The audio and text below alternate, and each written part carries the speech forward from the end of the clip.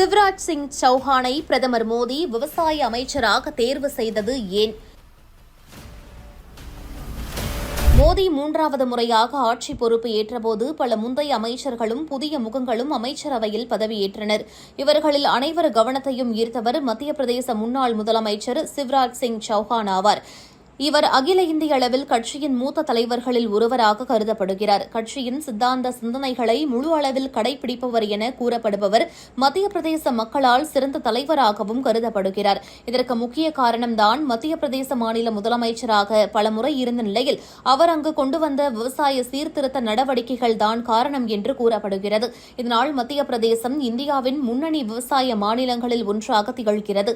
இந்தியாவின் தேவையான அரிசி, கோதுமை மற்றும் பருப்பு வகைகளை அள்ளித்தரும் மாநிலமாக மத்திய பிரதேசம் விளங்குகிறது. சுருக்கமாக சொல்லப்போனால் இந்தியாவின் மளிகை கடைகளுக்கு தேவையான பெரும்பாலான சமையலறை பொருட்களை வழங்குவதில் அந்த மாநிலம் முன்னணியில் உள்ளது. இங்கிருந்து ஏற்றுமதியும் அதிக அளவில் செய்யப்படுகிறது. தமிழகம் உட்பட இந்தியாவின் அதிக மாநிலங்கள் தங்கள் நுகர்பொருள் தேவைக்காக மத்திய பிரதேசத்தை அதிக அளவில் நாடுகின்றன என்பது குறிப்பிடத்தக்கது. மத்திய பிரதேசத்தின் இந்த சாதனைகளை தொடர்ந்து நிலைநிறுத்தி வருபவர் என்ற காரணத்திற்காகவே அங்கு பாஜக அசைக்க முடியாத செல்வாக்கை பெற்றுள்ளது என்று கூறலாம்.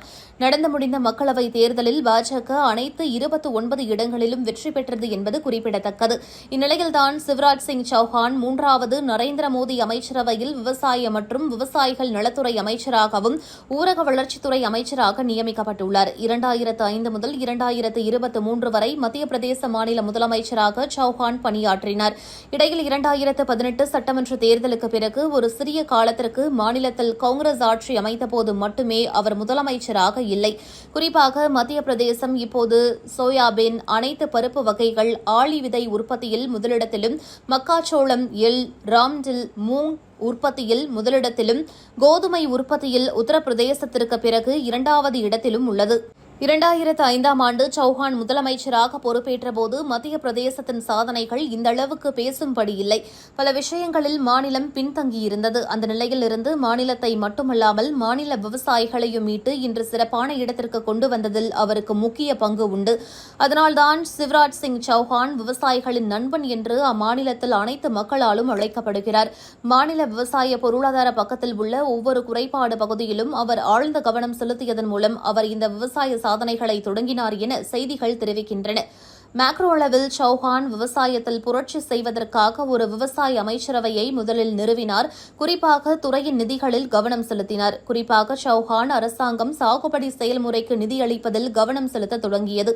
விவசாயிகளுக்கு தாராளமான அளவில் வட்டியில்லா கடன் வழங்க புதிய திட்டங்கள் தொடங்கப்பட்டன. விதைகள், உரங்கள் மற்றும் பண்ணை உபகரணங்கள் போன்ற விவசாய உற்பத்திக்கான காரணிகளுக்கு பல்வேறு மானிய வசதிகளை அவர் செய்தார். பருவமழை கோளாறுகளிலிருந்து விவசாயிகளை மீட்க அவர்களுக்கு நீர்ப்பாசன வசதிகளை மேம்படுத்த அவர் பல திட்டங்கள் வகுத்து செயல்பட்டார்.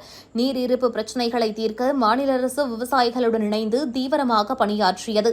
2002 மற்றும் 2003ஆம் ஆண்டுகளில் காங்கிரஸ் முதலமைச்சரான திக்விஜய் சிங் அரசாங்கம் பானி ரோகோ திட்டத்தை தொடங்கினாலும் 2 தொடர்ச்சியான பருவமழைகள் தோல்வியடைந்ததால் இந்த முயற்சி இடையில் கைவிடப்பட்டது. தொடர்ந்து நிதி வசதி அளிக்கப்படவில்லை. இதன் விளைவாக உள்ளூர் நீர்நிலைகள் மற்றும் பாரம்பரிய நீர் சேமிப்பு கட்டமைப்புகள் 2006 மற்றும் 2007ஆம் ஆண்டுகளில் பயன்படுத்த முடியாத நிலைக்கு தள்ளப்பட்டன. இந்நிலையில் 2005ஆம் ஆண்டு அங்கு ஆட்சிக்கு வந்த சௌஹான் முடங்கி கிடந்த நீர்ப்பாசன திட்டங்களை மீண்டும் கையில் எடுத்து நீர்நிலைகளில் தண்ணீர் சேமிப்பை ஊக்குவித்தார். மாநிலத்தின் நீர் மேலாண்மை திட்டங்களின் வெற்றியும் பரவலாக அங்கீகரிக்கப்பட்டது. குறிப்பாக தேவாஸ் மாடல் என்ற நீர்ப்பாசன முறை அங்கு பரவலாக பேசப்படுகிறது. மத்திய பிரதேசத்தின் தேவாஸ் மாவட்டத்தில் தொடங்கப்பட்ட வெற்றிகரமான நீர் பாதுகாப்பு திட்டத்தின் பெயரால் இது அழைக்கப்படுகிறது.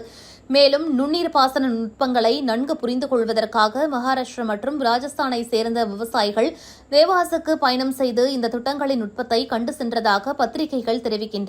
மத்திய பிரதேசத்தில் கடந்த 2 தசாப்தங்களில் பாசன பரப்பு அதன் மொத்த பயிரிடப்பட்ட பகுதியில் 24லிருந்து 45.3% 2 மடங்காக அதிகரித்துள்ளது.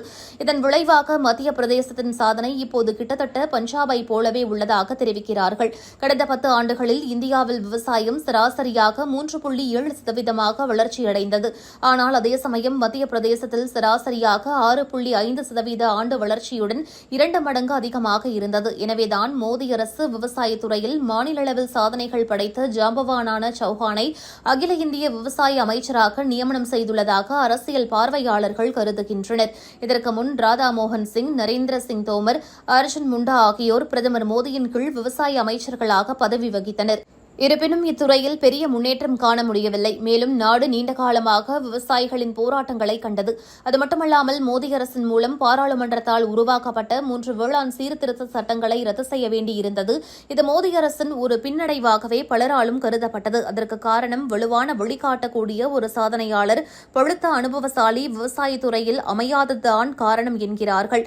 இந்நிலையில் சௌஹான் மத்திய விவசாய அமைச்சராக இருந்த தனது அனுபவத்தை பயன்படுத்தி இந்திய விவசாயத்துறையில் உள்ள பல்வேறு சவால்களை எதிர்கொள்வார் என பலரும் நம்புகின்றனர். அவர் மூலம் இந்திய விவசாயத்துறையில் பல சாதனைகளை நிகழ்த்த முடியும் என ஆசைப்படும் பிரதமர் மோடியின் விவசாய கனவுகள் நிச்சயம் நனவாகும் என பலரும் நம்பிக்கை தெரிவித்துள்ளனர்.